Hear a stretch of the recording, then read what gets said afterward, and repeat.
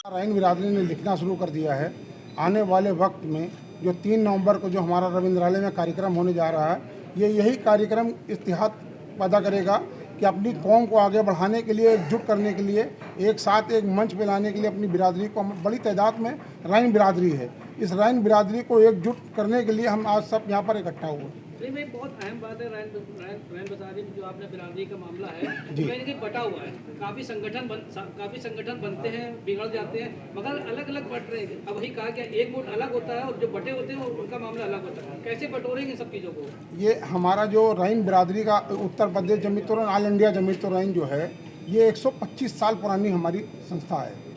इसमें हमारे बुज़ुर्ग लोगों ने बहुत काम किया, हमारे जो इस दुनिया में नहीं हो सब लोगों ने बहुत काम किया, उसी को हम लोग आगे बढ़ाने का काम कर रहे हैं और राइन बिरादरी को एक मंच पे, एक साथ, एक जगह पे लाने का काम कर रहे हैं। 2027 का चुनाव करीब है, क्या रैन किसकी तरफ भागेगा, किसकी तरफ रुकेगा, नहीं, किस तरफ बैठेगा?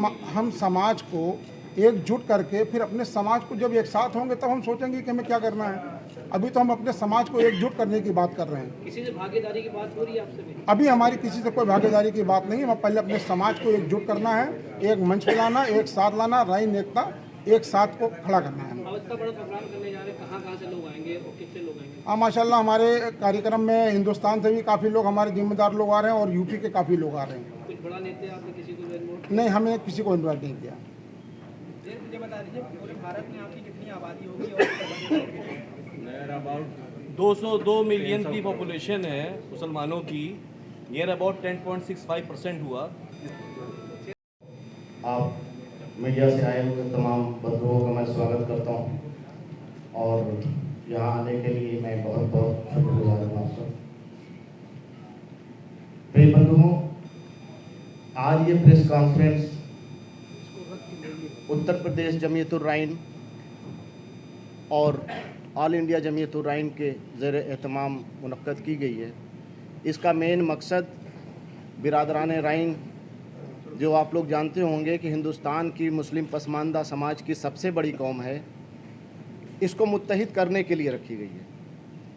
हमारा संगठन ऑल इंडिया जमीयत उर राइन, जो पिछले 125 सालों से संगठन काम कर रहा है अपने समाज के लिए, बहुत से लोग आए, बहुत से लोग गए 125 सालों में।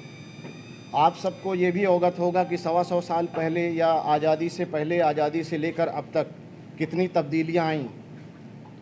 सभी समाज में लगभग बहुत सारी तब्दीलियां आईं, लेकिन हिंदुस्तान की पसमानदा समाज की सबसे बड़ी आबादी जो राइन समाज कही जाती है, उसकी तब्दीली के लिए ना तो किसी सरकार ने तवज्जो दी और ना किसी संगठन ने। आज हम 3 नवंबर आने वाले 2024 3 नवंबर को हम एक प्रोग्राम ऑर्गेनाइज़ कर रहे हैं। उत्तर प्रदेश जमीयत उर राइन के ज़ेरे एहतमाम जनाब प्रेसिडेंट उत्तर प्रदेश जनाब वसीम साहब ये प्रोग्राम ऑर्गेनाइज़ कर रहे हैं, जिसकी सरपरस्ती ऑल इंडिया जमीयत उर राइन कर रही है। इस प्रोग्राम में न केवल उत्तर प्रदेश बल्कि हिंदुस्तान के तमाम सूबों से भी लोग आ रहे हैं। आपको मैं ये भी अवगत कराना चाहता हूँ कि हमारा संगठन ऑल इंडिया जमीयत उर राइन न केवल उत्तर प्रदेश बल्कि हिंदुस्तान के 12 सूबों में अपना संगठन चला रहा है।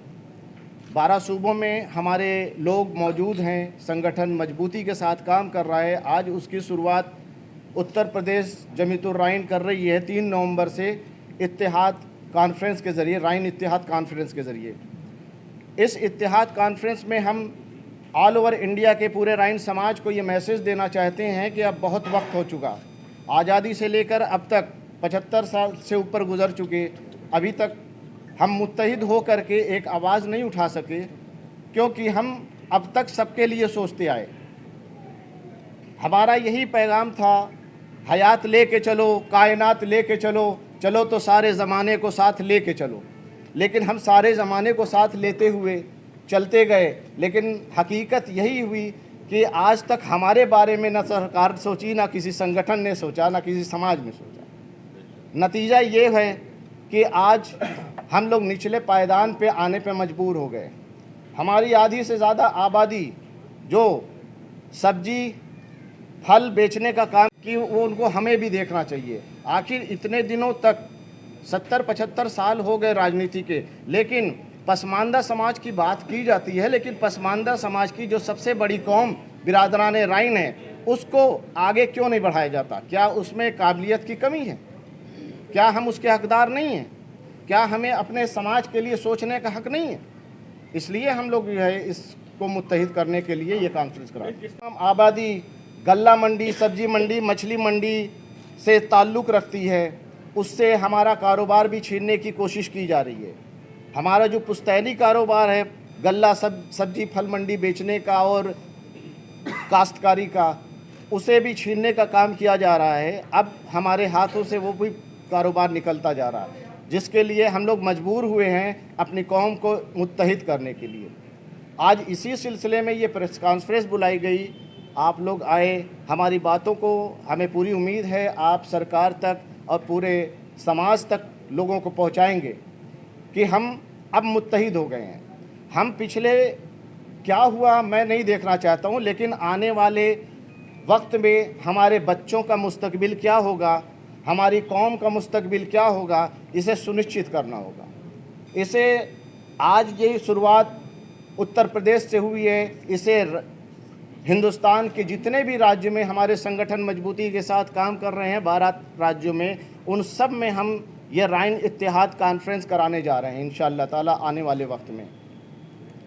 सर ये पूछना चाह रहे थे, जैसे आज टेक्नोलॉजी का ज़माना है, चीज़ें बदल गई हैं, तो आप वो अकेले फकीरी क्यों रहना चाहते हैं? आप भी अपनी कौम को जो है प्लेटफॉर्म पे कलेक्टिव करके उस तरह से क्यों नहीं आगे ला सकते? इसी चीज़ के लिए हम लोग आज मुत्तहिद हो रहे हैं। हम अपनी कौम को इसीलिए मुत्तहिद कर रहे हैं कि पिछली सोच अब त्यागनी होगी, अब आगे की सोच को लाना होगा।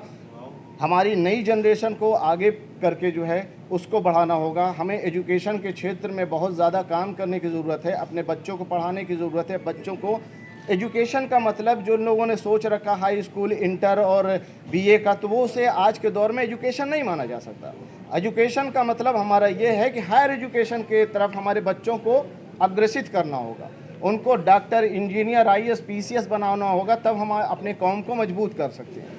इसीलिए हम जो है अपने कौम को जो है जगाने के लिए, अपने कौम को एक मैसेज देने के लिए ये उत्तर प्रदेश जमीयतुर राइन ने ये कॉन्फ्रेंस बुलाई है। और आने वाली 3 तारीख को जो मीटिंग होगी रविंद्रालय लखनऊ में, उसमें यही सब बातों को रखा जाएगा। साथ ही हमारी भागीदारी राजनीति में कहीं नहीं है। हम हिंदुस्तान की तमाम छोटी बड़ी पार्टियों को, राजनीतिक